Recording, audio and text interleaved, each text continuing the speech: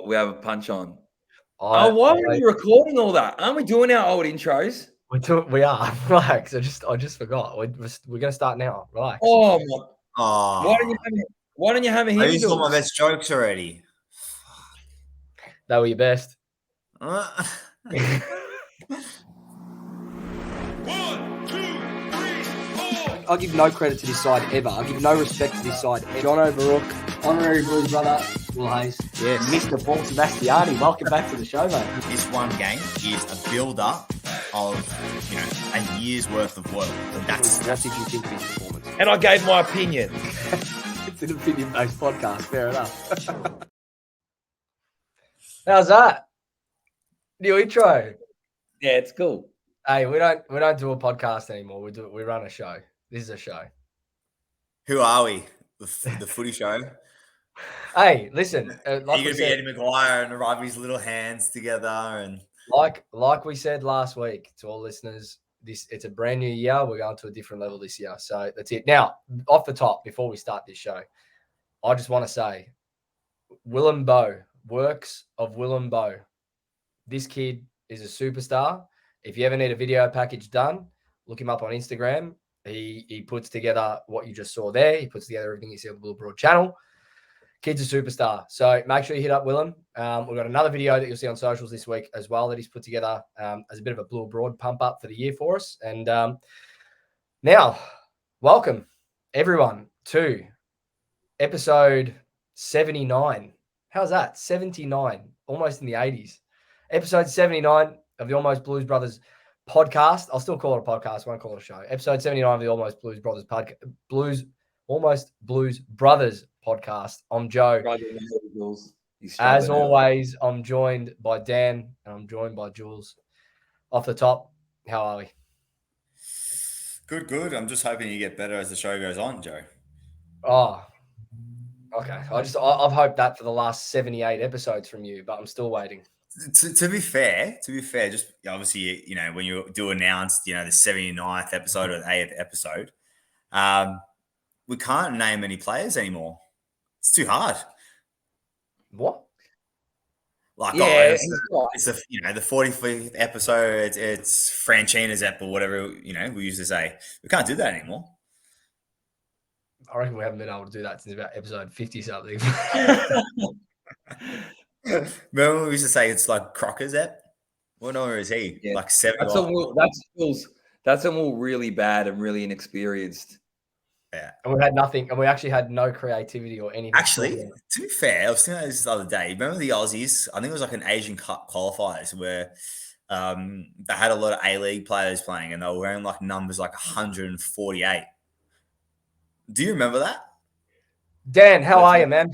Let's move on. Yeah, really good, Joe. Really relaxed. Jules, good to see you, as always. Good to see you.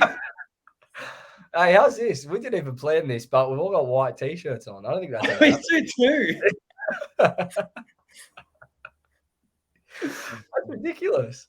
It's actually, if you didn't have the names there, you wouldn't be able to tell who's who. We'll be. That's because we're sponsored by Bonds. All right, that's enough. We've pissed around enough. Look, like I said, please hit up Willem Bow for any video package work that you need. We do have a new intro. It's very exciting. I've been excited. I don't know about these two boys. I think they hate it. I don't know if they like or hate the intro. So no, feedback. We don't hate it. If I can speak for Jules here as well, I think the build up to it was really, really overhyped, with every message being in capitals. Hey, I'm excited. It's good. It's a good video package. He's done a brilliant job. So anyway, show looks a little bit different, sounds a little bit different, but we hope that we can still bring the same content every week. If you haven't already, go follow us on socials at Almost Blues Brothers on Instagram, at Almost Blues Bros on Twitter. Post as much content as we can there throughout the season, especially, and you'll see previews from the show and whatnot.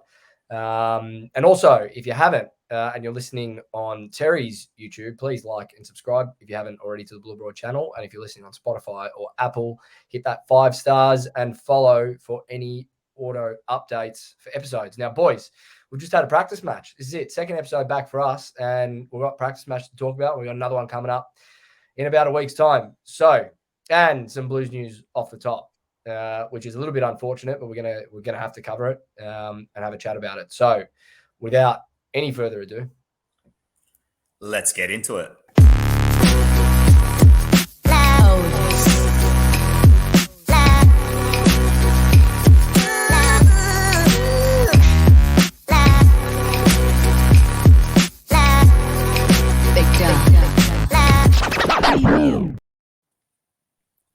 All right, Blues news straight off the top. There's one thing that we need to talk about, and that is the unfortunate news, the injury news of David Cunningham, who looked like he was about to get back into full swing of things.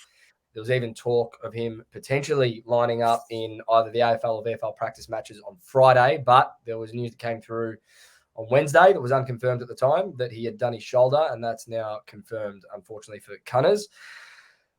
Jules, what's the update? You're all over this.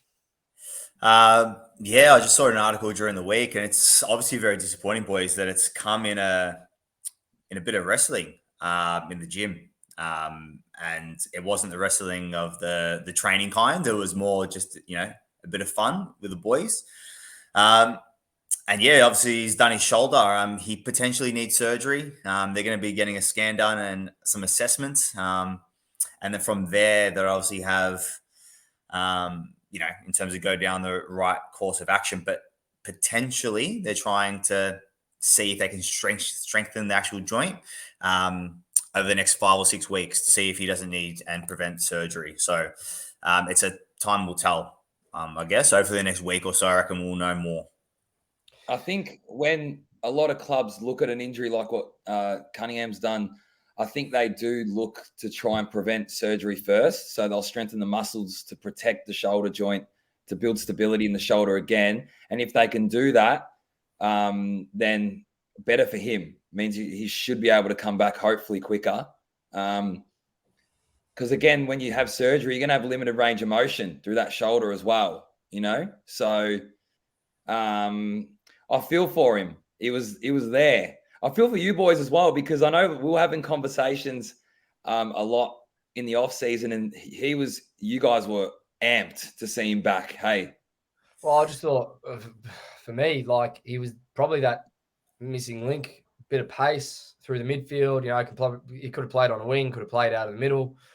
It just makes us a little bit more dynamic. So, without him, we're now looking as one-dimensional for me, and we'll talk about it when we get to the practice match in a minute.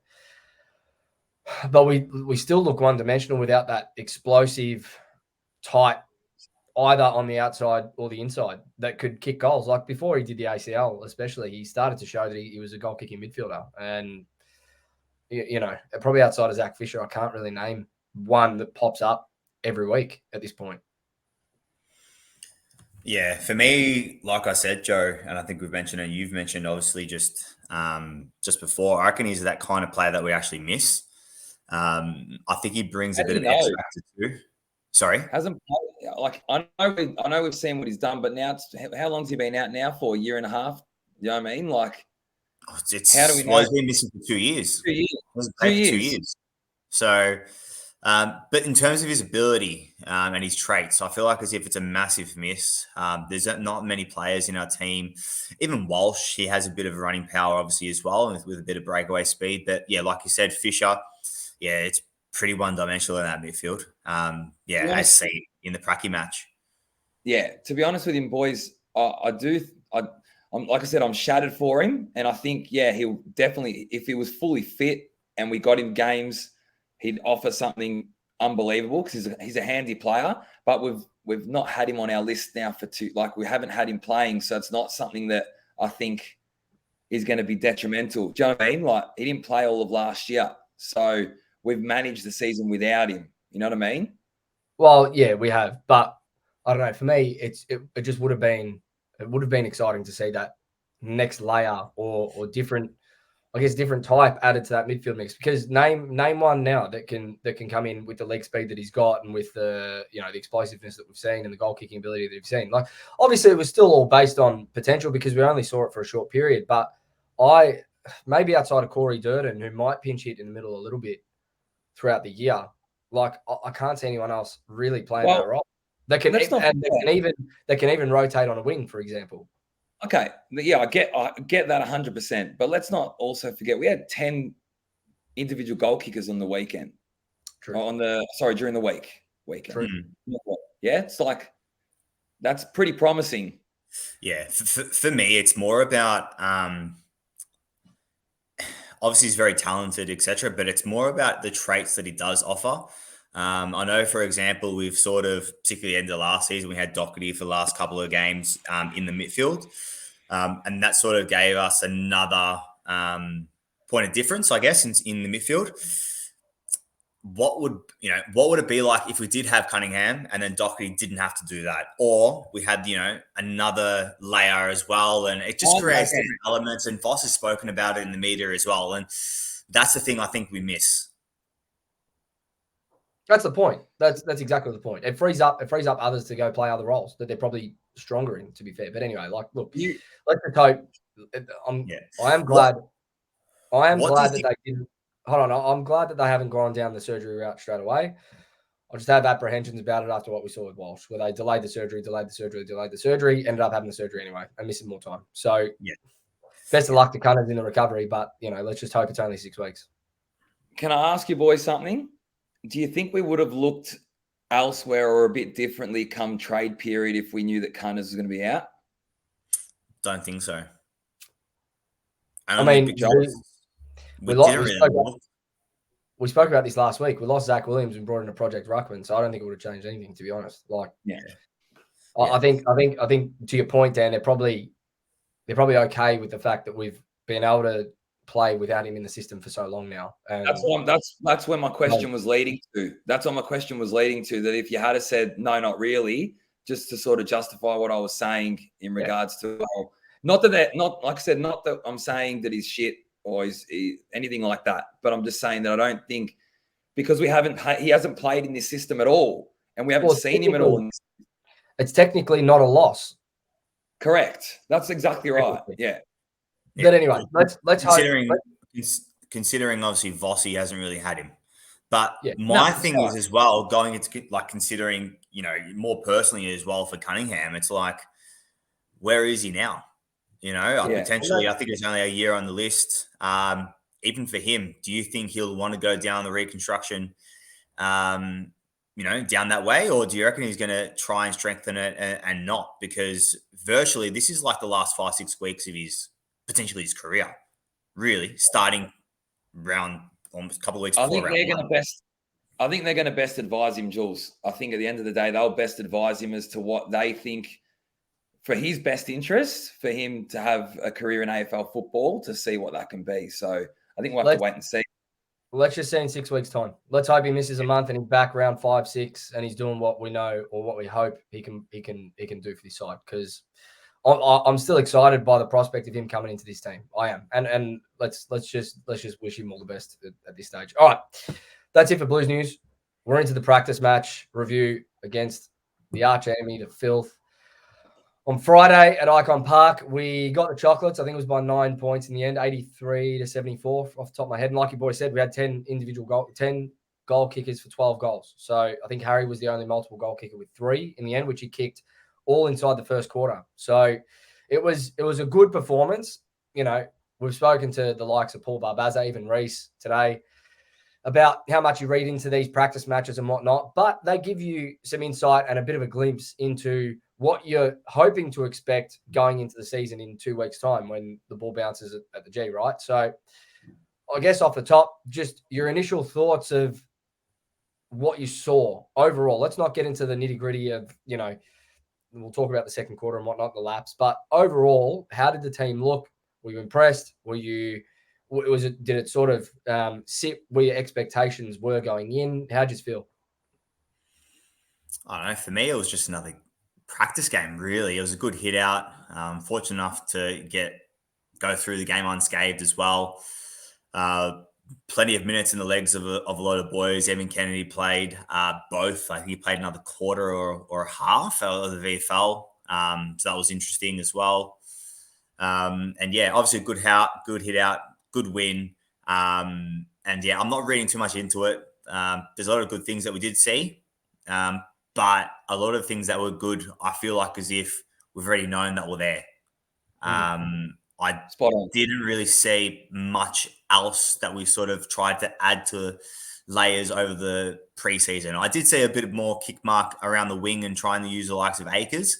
But then I saw that last year, and then it would break down, on the edge of the 50 to try and hit up a target anyway last year. So I didn't really see anything different, really. Yeah, if I'm honest, I finished when the game finished. I sort of left me thinking, all right, I need to see more next practice match. That's what it sort of left me thinking more than anything.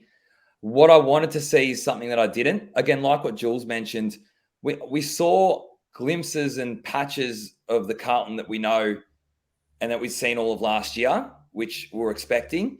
But with what I didn't get to see was that transition. I didn't see it from an attacking perspective, and I didn't see it more so from a defensive perspective. I thought when they rebounded and slingshotted off their D50, we were just way too slow to set up and react. And that's what I wanted to see. And it's what I didn't see from the practice match that left me thinking, well, I need to see more from this next practice match. Yeah. I agree. And I think the one that you touched on for me there, Dan, was the transition, because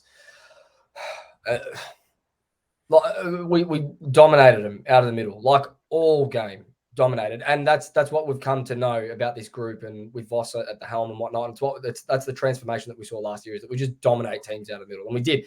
Tom DeConning looked unbelievable. Like, looks like he's going to be worth every penny, whether he stays, whether he goes. Looks like he's actually going to be worth every penny at the end of the year at this point. He got confidence. He's got to do it. Especially early, yeah. He's got to do it across the course of the season. He can't still be a highlight reel where you see these marks and whatnot. Like, he's got to put that together across the course of the season. But I think based on what we saw, he's going to surpass expectations, or at least meet those expectations that some people have, that he's going to be an A-grade player in the competition at the end of the year. So that was good to see. And that just helped with that midfield dominance, especially out of the clearances so early on. I thought he worked well with Harry and Charlie up forward when he did pinch hit as well. Gave us a little bit of a different look at times. But the transition, man, like, I know it's a practice game, but you can't be getting beat out the back so easily like that. In that second quarter, to start that second quarter, the first 10, 11 minutes, whatever it was, like. Yeah. For me, it's not even like the work rate defensively in transition. Like, you can prevent yourself from working hard defensively on a defensive transition just by organizing yourself behind the ball a lot earlier. Like, we did see, I think, Joe, I can't remember what quarter it was. I reckon it was like the third or fourth quarter, and we basically saw, I think it was from a boundary throw in. I can't remember if they got a free kick, but they obviously eventually did win the ball. And we already saw what was going to happen, and it happened. We called it. We saw. Yeah. We looked at the way that it was from a boundary throw in. It was about midway through the last quarter. It's from a boundary throw in. The ball spilled out the back to the Pies, and before all this happened, we looked at how we were set up before the throw in came, and both you and I said, we've got gaps everywhere. If they get the ball, we're fucked here. Like, we're gone. It wasn't just structurally as well. It was the manner in which the players were 1v1 to the point where they were barely goal side, which allowed the Collingwood player to get behind them. And how many times did you point that out, Dan, throughout the game as well, early on, where it was like, how are you not goal side on your man here? You're like 10 meters off him. What's going on? And that's what I wanted to mention to you both, is that, do you remember in the second quarter how the ball's out in the wing? And all three of us were looking at it going, if they get the ball out here, they're on a 4v2, or it was like a 4v3 or something, because of the way it was set up. We weren't goal side. It was just, it was, like I said, for me, it was frustrating more than anything. Do you think that's actual orders from the coaching staff that, we want to play this way in terms of their positioning? I hope not. I hope not as well, to be honest, because that, especially, I get that we want to play our way, right? I get that we want to play the Carlton way and we want to win the Carlton way. And I understand it's a practice match, so the intensity is not there. But it's Collingwood. They beat teams based on their transition from D50 to inside 50 last year. That's how they won their games. They got out the back and they were blistering. And we allowed them to do it in the space of 11 minutes. They put 5 goals on us to start that second quarter. We went from a 3-goal lead to a 2-goal deficit that in the blink of an eye. And it's like, you can see why. Like anyone there could have seen why.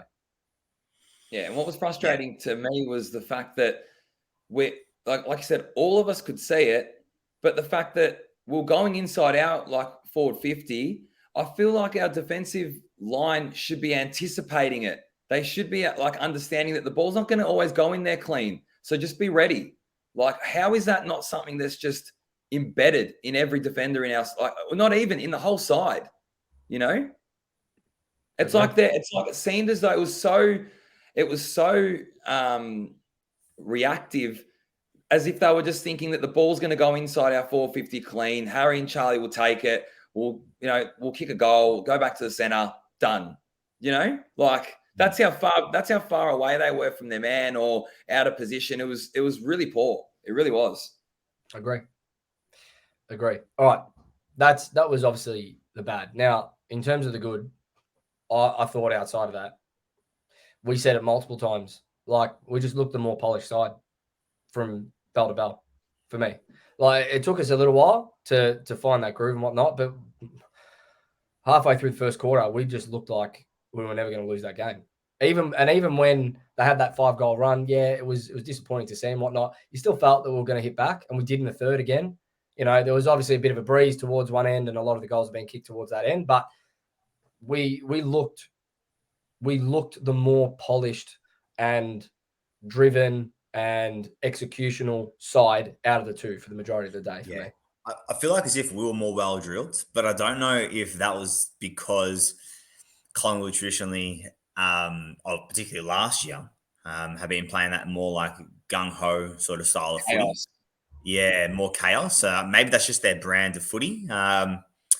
But even then, I don't think they got it on their terms as much as what we had it. I thought basically for the only 10 minutes, 15-minute patch where they did kick that 5 goals, other than that, I thought for the majority of it, we did have it on our terms, or it was a little bit of an arm wrestle. But even then, I still thought we edged it.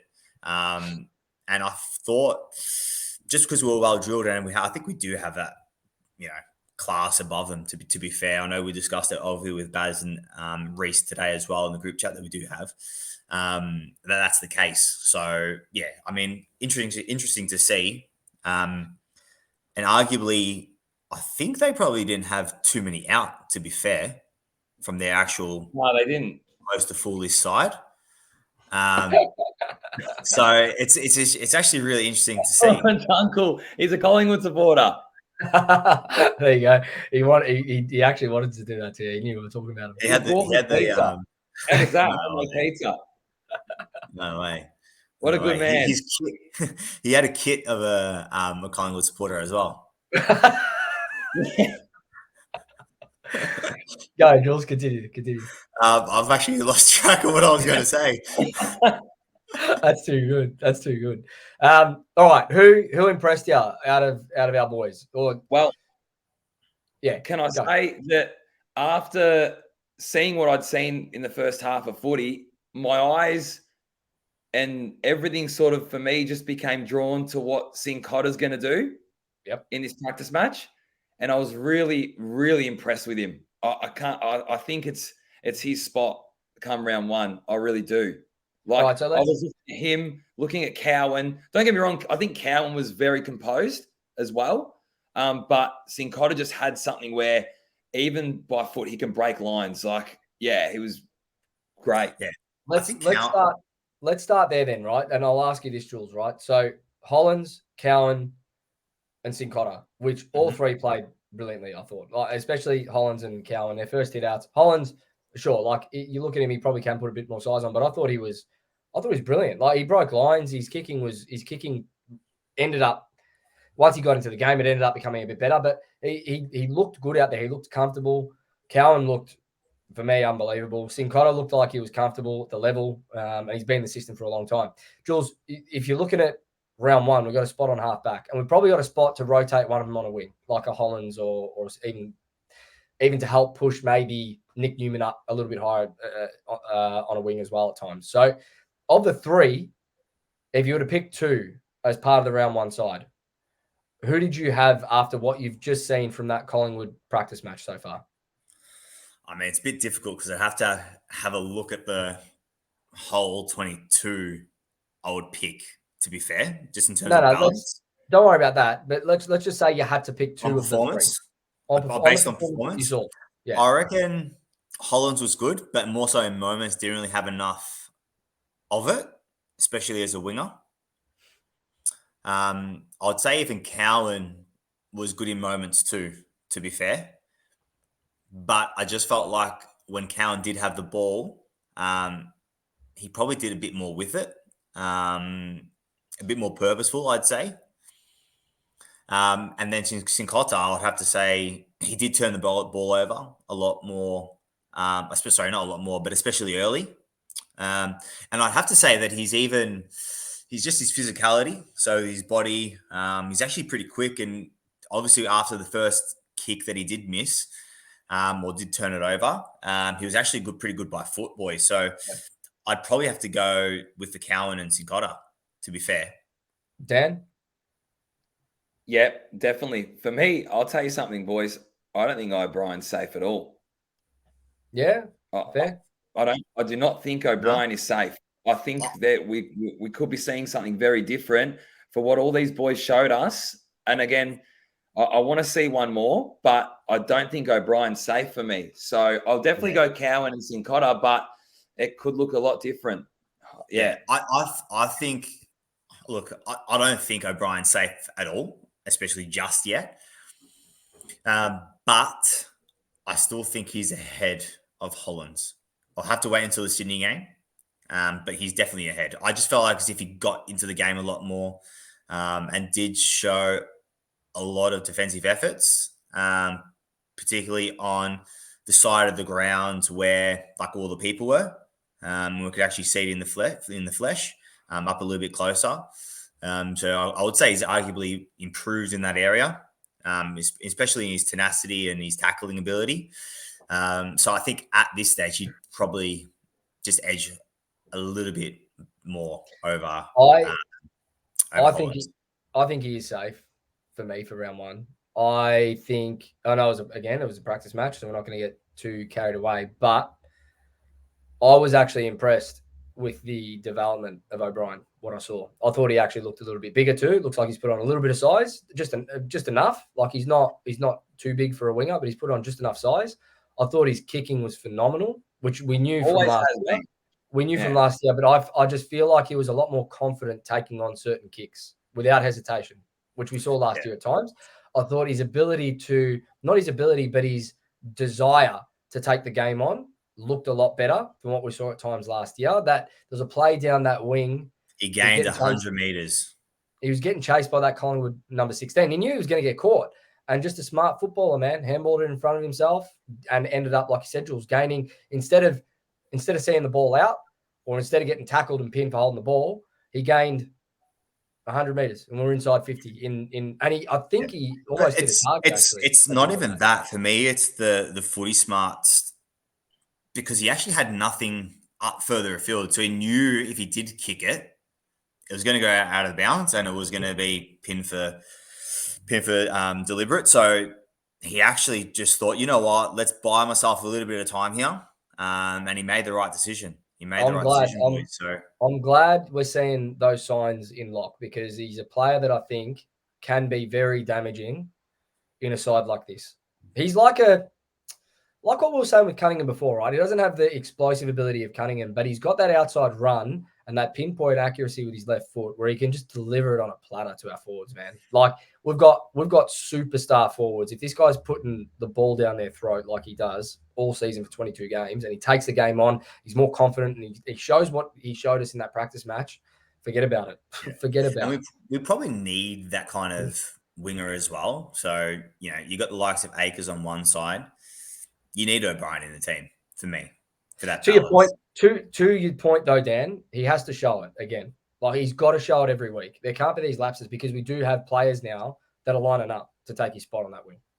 And for me, the defensive side of his game was a big flaw. I think he did improve it last year from the year prior. but that for me is a big question mark. Yep, in something where we can see is actually a big question mark over our whole side. And I'm not talking, like I said, I'm not talking about one-on-one. One-on-one, I'll back Weeders, I'll back Marchbank, I'll back him in. I'm talking about the area where, someone like O'Brien does let us down from a system perspective. Yeah? Yeah.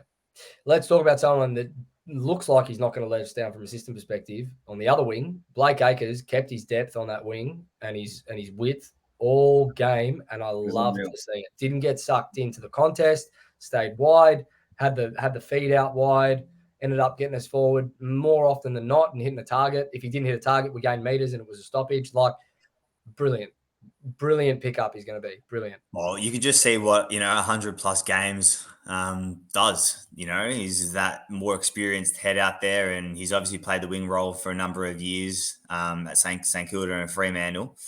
And he's also got that physicality too, in the contest as well, which is different, like I said, to the other wingers that we have in O'Brien, in Hollands. So I think he adds a different element to our game. So I'm actually looking forward to his to the year, just to see what he adds. It's one word, boys: experience, and you can see it. It's massive, especially for that position and what that brings for our whole side. Experience is what we needed, and that's what you get with Acres. And you could see it in everything that he did. You could see it.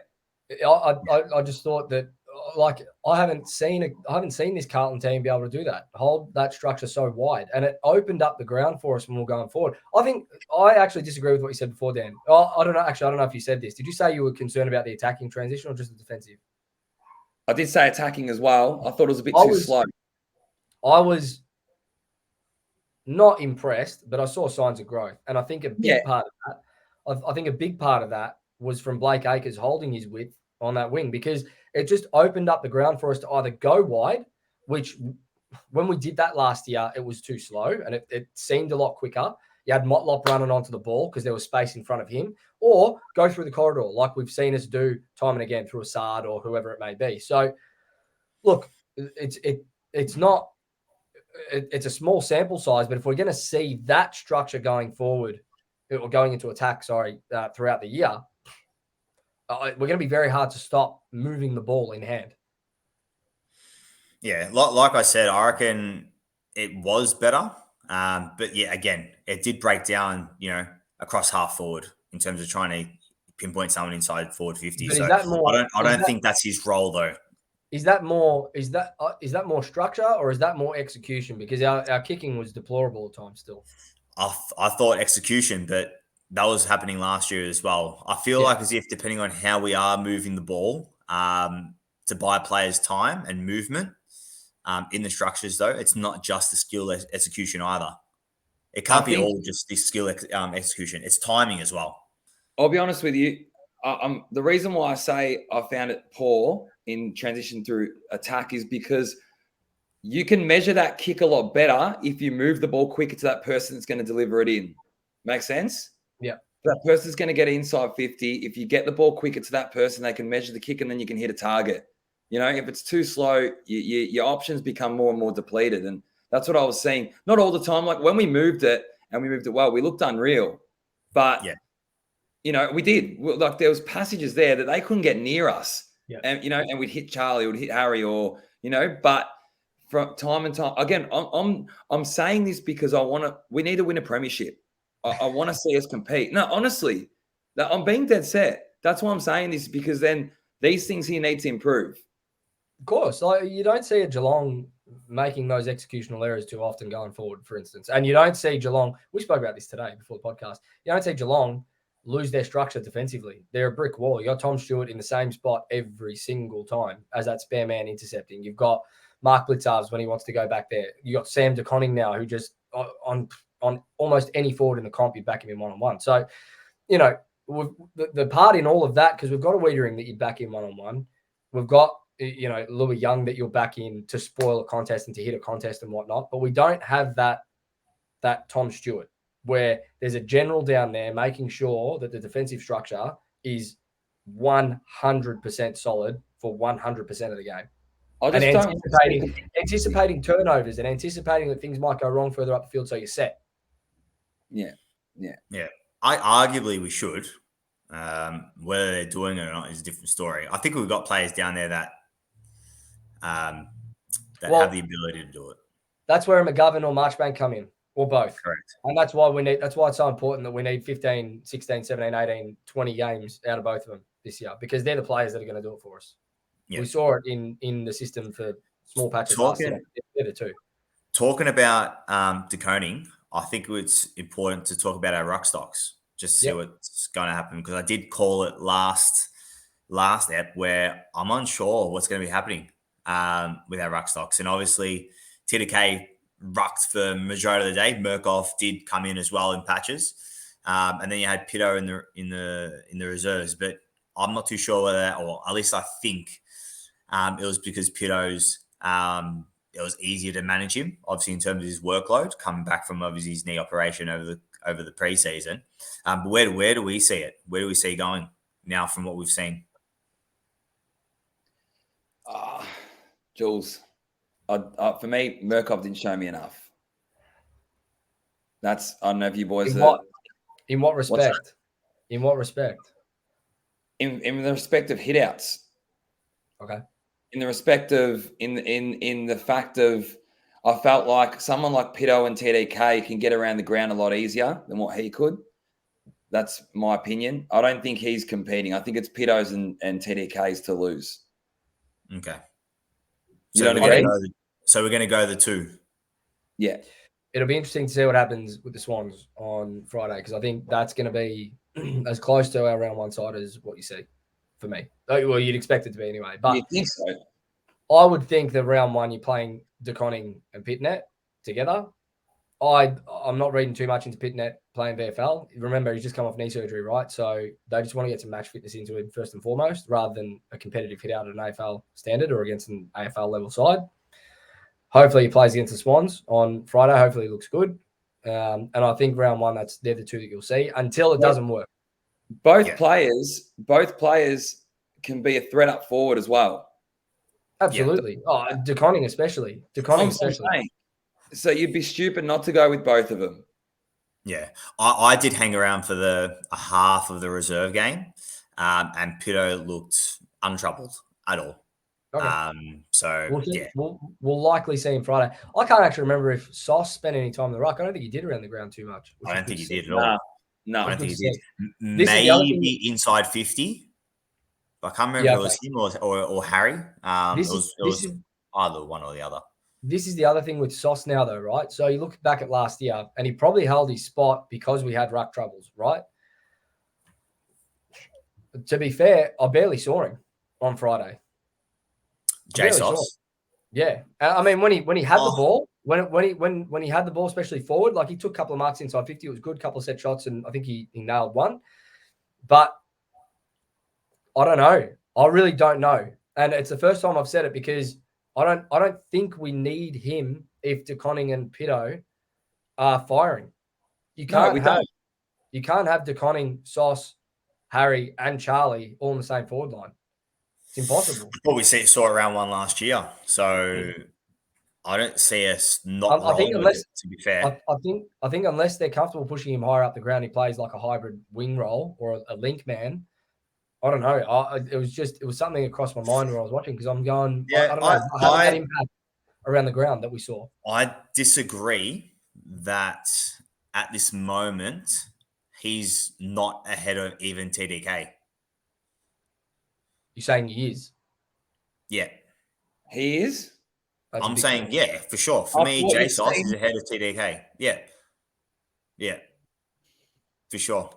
For round one, you're saying Silvani's ahead. If I was to go, okay, Jay Sauce, if I was to think, how are we going to fit Jay Sauce, TDK, and Pitto in the same team? Out of those three, I'm picking Pitto and Jay Sauce over TDK. Really? Yeah. Because Jay Sauce has at least shown consistency over a certain period of time to go forward, kick goals.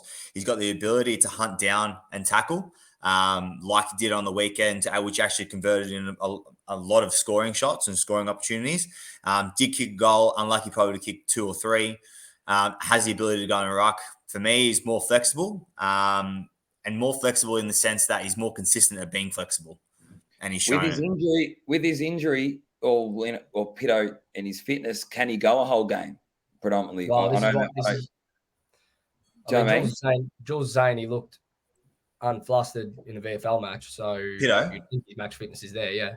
I wouldn't be playing Pitto unless he could be playing, or unless he's playing predominantly Ruck, wouldn't you? Yeah, of I course. I wouldn't be playing Pitto if TDK is going to be rucking majority of the game. No, of course. That's No, of course. Anyway. No doubt. All right. The last one I want to talk about. Obviously, we can talk about Harry. We can talk about Charlie. They look good. We can talk about Cripper. Actually, there's two I want to talk about just before we get to the preview of the Swans. The first one is, and we've said it I don't know how many times, the importance of George Hewitt in that midfield. If he misses games, we will lose games. Plain and simple. Because we've got a midfield that we put out there that had Adam Chera, who played a great game as well. I thought if he's going to cover for Walsh, I'm happy round one. I think he's going to be fine. We've got Matt Kennedy, who's an absolute bull and stands out just with his ferocity and his tenaciousness and his attack on the football and whatnot. We've got a Brownlow medalist now in Patrick Cripps. But for me, when it came down to it and when we needed an out, George Hewitt was clean. Is that not him all of last season? Was it all not? of last season that he played? When he was out, did we not see what happened to our midfield? What happened to our structure when he was out? I think it's known by all of us how important George Hewitt is.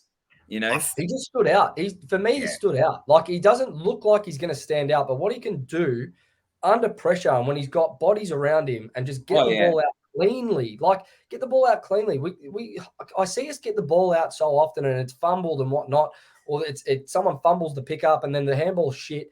I've never seen George Hewitt fumble a ball ever. He's so clean at ground level. He does three things that are so beneficial to our team that it's not funny. First thing, he does the simple things. I've never, especially in our team, he does the simple things to another level. Okay, to another level. Second thing, it's his positioning defensively around the contest that enables the likes of Cripps, Walsh when he's in the team, Chera when he's playing, obviously, and Kennedy to do what they do. Okay? He allows them to be able to do it. And the last thing is he loves the defensive aspects of the game. He loves to defend, boys. And, whether you like it or not, the other players before he came in didn't. But so he gives us the right balance in that midfield mix. The acquisition of Hewitt that's why he came in. You knew what you were getting. That's exactly why we got him, and that's exactly why he come to us to talk, because of those attributes, Jules.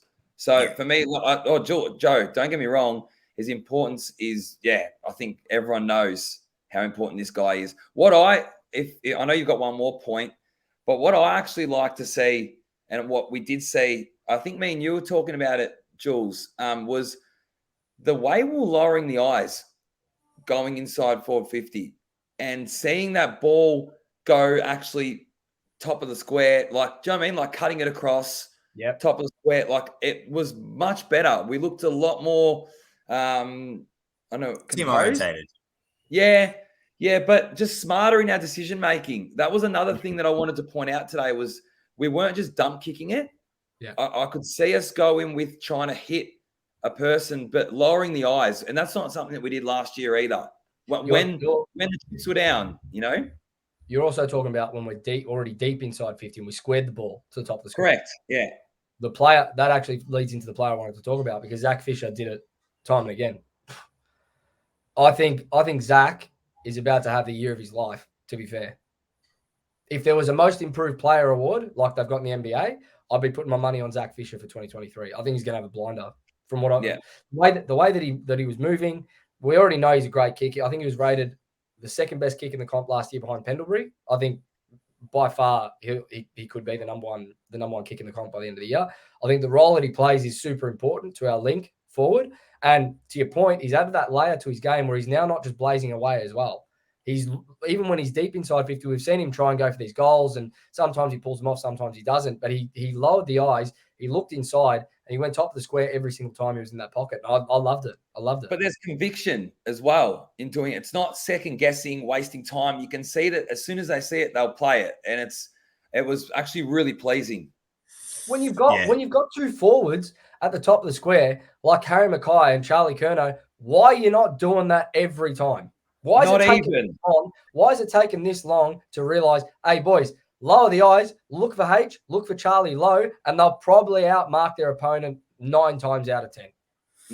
When you've got a guy in a better position waving his arms alone and you see it, hit him up.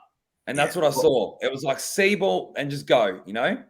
Yeah, well, Fisher is that kind of player that can run through that midfield and give that dynamic ability that we are looking for, you know, a bit of point of difference. So, look, I'd like to see him in there a little bit more. Obviously, high half forward, he'll probably be there. But, yeah, I'd love to see him through the middle just to see what he can add and what he can bring, especially in games where, it's not really working for us. I think he can I'd probably prefer him to roll through there than a Doc, to be fair.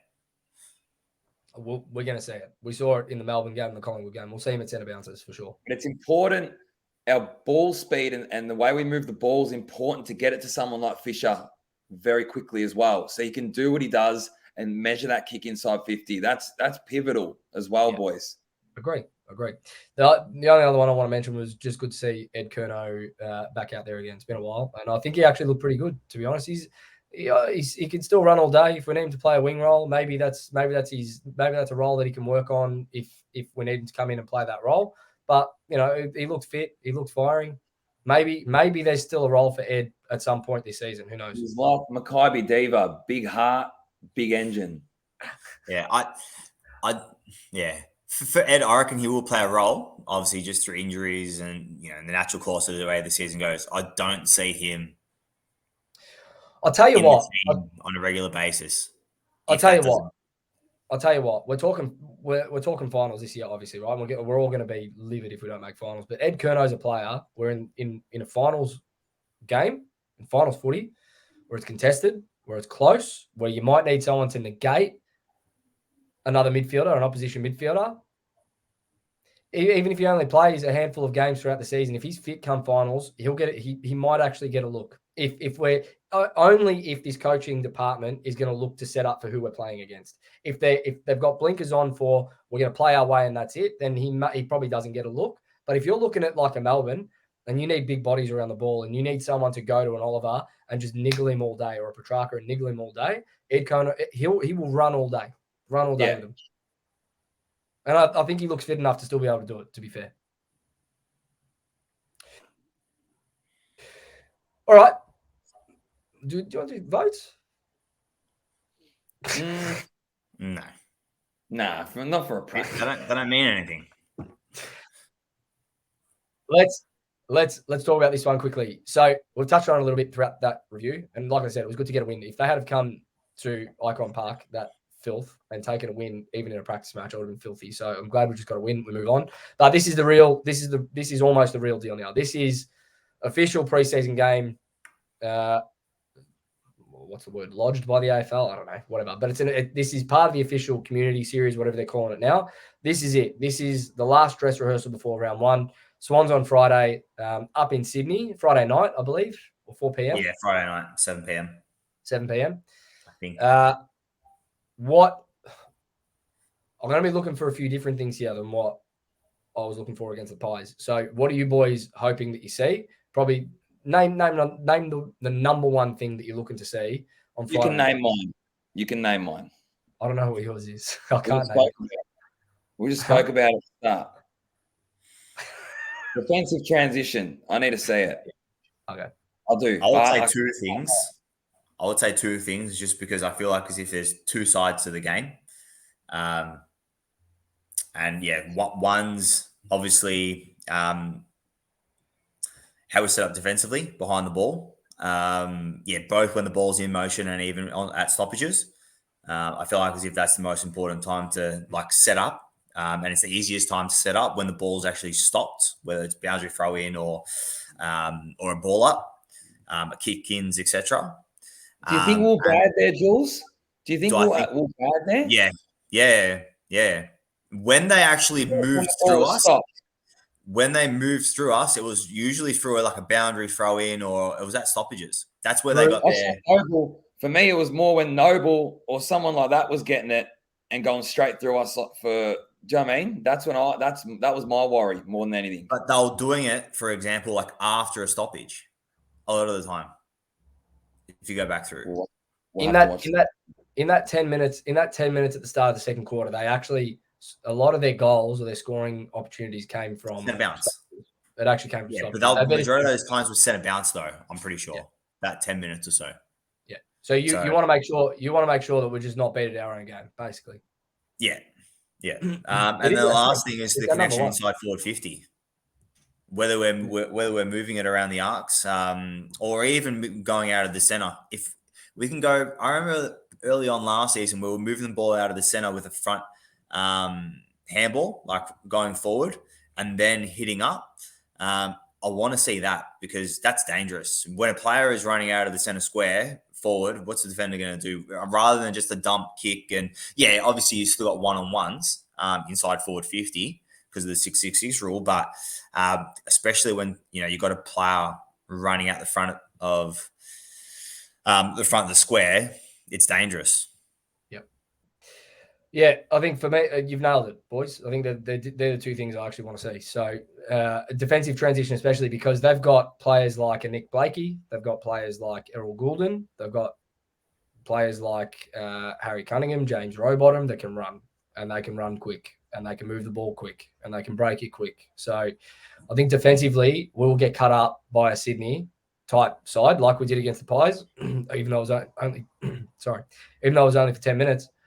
They'll cut us up, and all of a sudden the scoreboard will look dire very quickly. So definitely need to work on our defensive transition, and I hope that comes together quickly for this practice match, and then obviously for round one as well. The other one that I want to see that I'm just excited to watch all year, man. We didn't talk about him much, but Jesse Motlop. Come on, man. I want him to go out on Friday. I just want him to kick 4 and have like a couple of goal assists, and we just go, good luck, Richmond. Good luck. I think it's going to be important for the group to win as well. I think we really need to go for this one. For sure. I think we need to make a statement going into round one. Well, a lot of people said, "Who cares? It's just a practice match when we're playing the Pies. No. Why are you getting so up and about? Like it's only a practice match. It doesn't matter. We just want to see structures and this and that." Nah. Not in your last dress rehearsal, especially. You want to take wins into the season because it just builds that confidence that you can get it done. Doesn't matter. I want headlines about us poleaxing Sydney like there's been about Tim Taranto supposedly meant to be kicking 5 goals. I don't want to hear that. I don't want to hear Richmond talk going into round one. I want to hear it about us. Or Geelong belting Hawthorn by 80 points. They didn't give a shit that it was a practice game. They didn't care that it was a practice game. They just won the flag. They could have easily laid down and gone, whatever. 8 points. Make the talk about us come round one. Let's make a statement in this practice match and we'll win the contested ball against Sydney. I know we will, but I want us to really, really make headlines. Yeah, for me, I just want to win. If we get the win, I want to see, obviously, what we've been able to do in the seasons prior or last season in terms of the contested nature of our game. I want to see it for longer, though. And obviously, like I said, just want to see the different elements of the game and different layers build. But boys, I don't really care if people are talking about us or not at this stage of the season. I just want to get the win. And then round 1 against Richmond, I want to get the win. Round 2, I want to get the win. Then as the pointy end of the season starts going, then they can start talking about us, boys, because that's when, that's the real deal. The pointy end of the season, that's when I want to be, on our game. I think Walsh has actually already mentioned it. He actually regrets not playing and even the team as a whole, not being at their best. Come that time, once September comes around, that's when you want to be on top.